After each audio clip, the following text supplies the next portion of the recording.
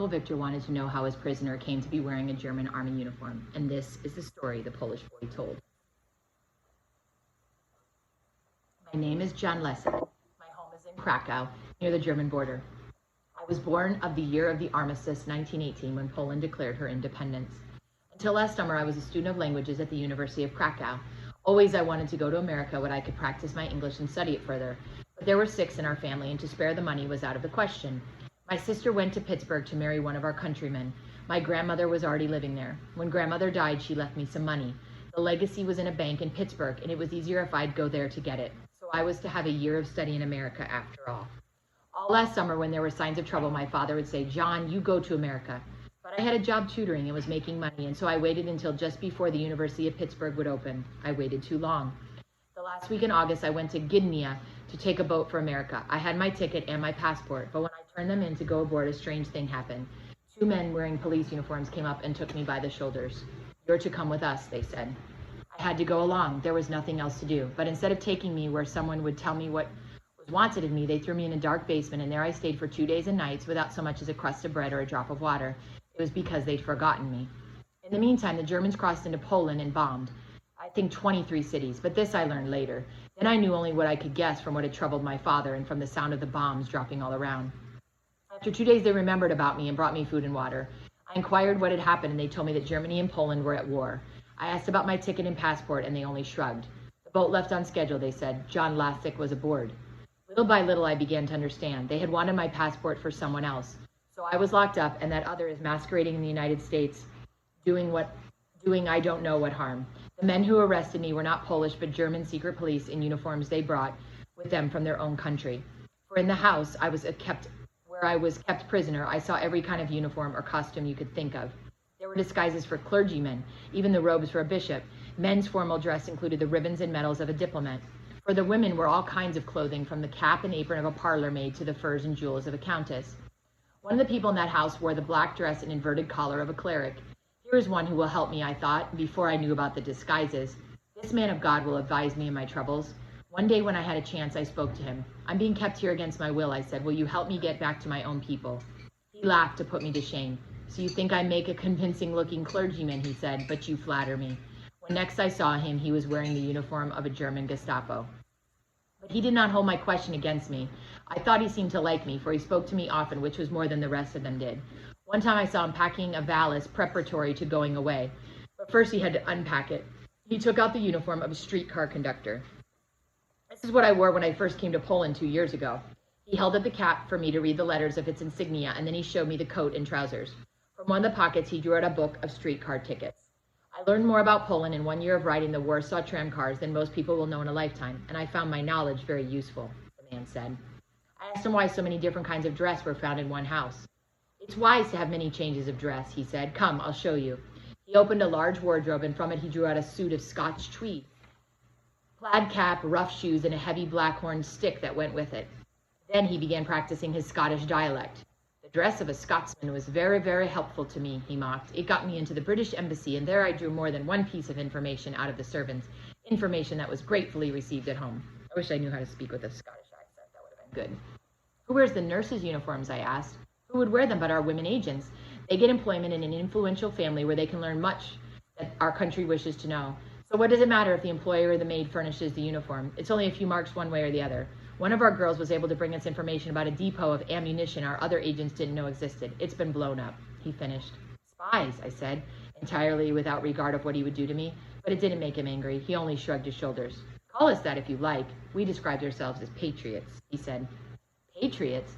Yes, you can call yourselves that if you mean coming into a peaceful country and getting control of it by lies, sneakiness, bribery, and corruption." "But that's the highest form of patriotic duty to one's own country," he said, and I'll say this much for him: he was speaking the truth as he knew it. One of these disguises was given to me. It was the uniform of a German army private. I had to put it on or I'd be shot. "But what do you want of me?" I asked the woman who kept that house.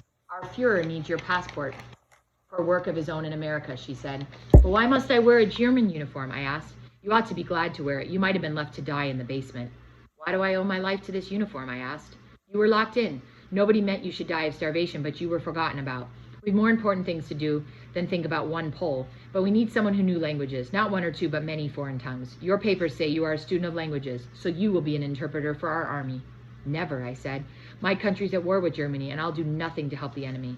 Don't worry, she said. In a short time there will be no war. Poland will have surrendered. One day I was taken out of that house, and with the body of a German guardsman I was put on a train and sent south to my own city of Krakow. I was in Krakow for months after that. You can imagine my shame when one of the few old neighbors that were left saw me in a Nazi uniform. My father was dead. He was shot when he went to the assistance of an old priest who was dragged off the altar at Mass. My mother was not there. They said she got to Romania and took my little brother and sister. 2 of my brothers died defending our city. My home I saw. There were hardly 2 bricks standing on top of each other. I make no mention of the humiliation of our people or how the Germans stole our money, our homes, our farms, and the very potatoes in our fields. I say nothing of what they did to our priests, or of how they took our young men and made them work at hard labor for themselves, nor of how they turned the women and children out of their houses overnight and sold those houses to people in Germany. All these things I saw with my own eyes. Me they treated with civility. Always I've had enough to eat and a bed. I translate orders for the officers into whatever language is needed for posting to the civilian population. Polish there, Norwegian here. If I'd refuse, they'd shoot me, and all the while I'm hoping to live for Poland. Norway has seen little. It's Poland that has suffered. Here you think the Germans are decent and they have behaved better in your country than in mine. Perhaps it is because they think of Norway as part of Germany, so they have not yet taken all your food and left you to starve. Poland they used it as an example. It was to show what would happen to you if you did not submit. Now you know why I'm not spying on you to tell the Germans and win a promotion. You know why I've watched your children, because if you belong to a country that has been invaded as mine has, then you are drawn in sympathy to people that have similarly suffered. You know now why I must get to America. And that is the end of chapter 24. And I'm going to go on to chapter 25 because it's a very short one. So this will be 24 and 25. Well, what are you going to do with him? Uncle Victor asked when Jan Lessig had finished his story. What are we going to do with him? He asked. They had put him in the hold while they discussed the problem. We daren't turn him loose, that's certain, Rolls replied. We can't take the risk he won't tell the commandant. He'd never do that, Peter spoke quickly. His story sounds true enough, Uncle Victor decided. I can well believe what he's told us. We know about the disguises ourselves, about men who came to Norway dressed as sports lovers, but who turned out to be secret police. But I think it's dangerous to let him go. Whether he meant to or not, he could accidentally say something that would put the Germans on our trail. What shall we do with him? Rolls asked.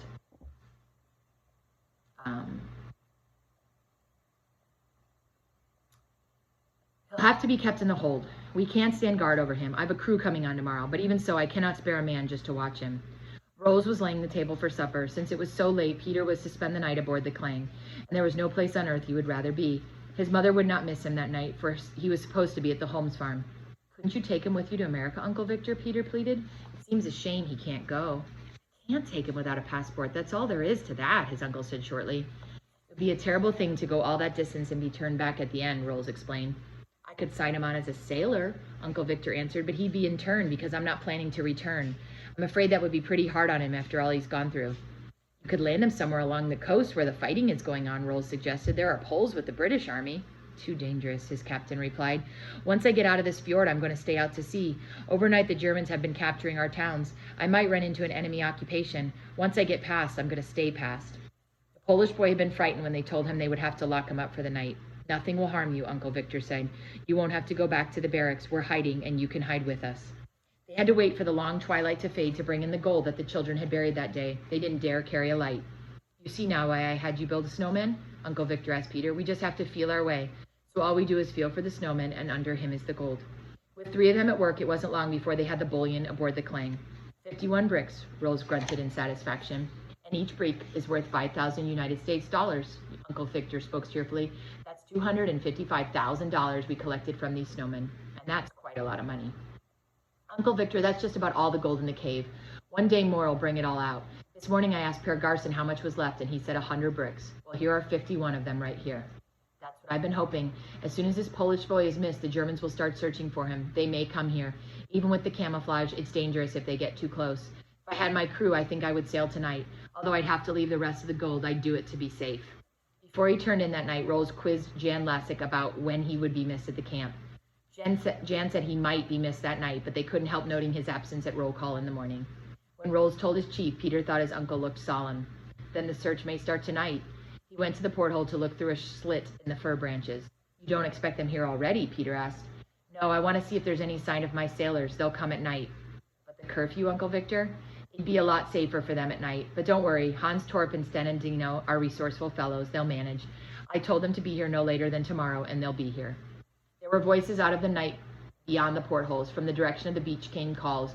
Crowded at the peepholes, in the fir branches, the three in the cabin waited. The voices grew louder. Outside in the snow were several squads of Germans. So the search has started, Victor spoke softly. And they're even looking here. Woo, what a narrow squeak.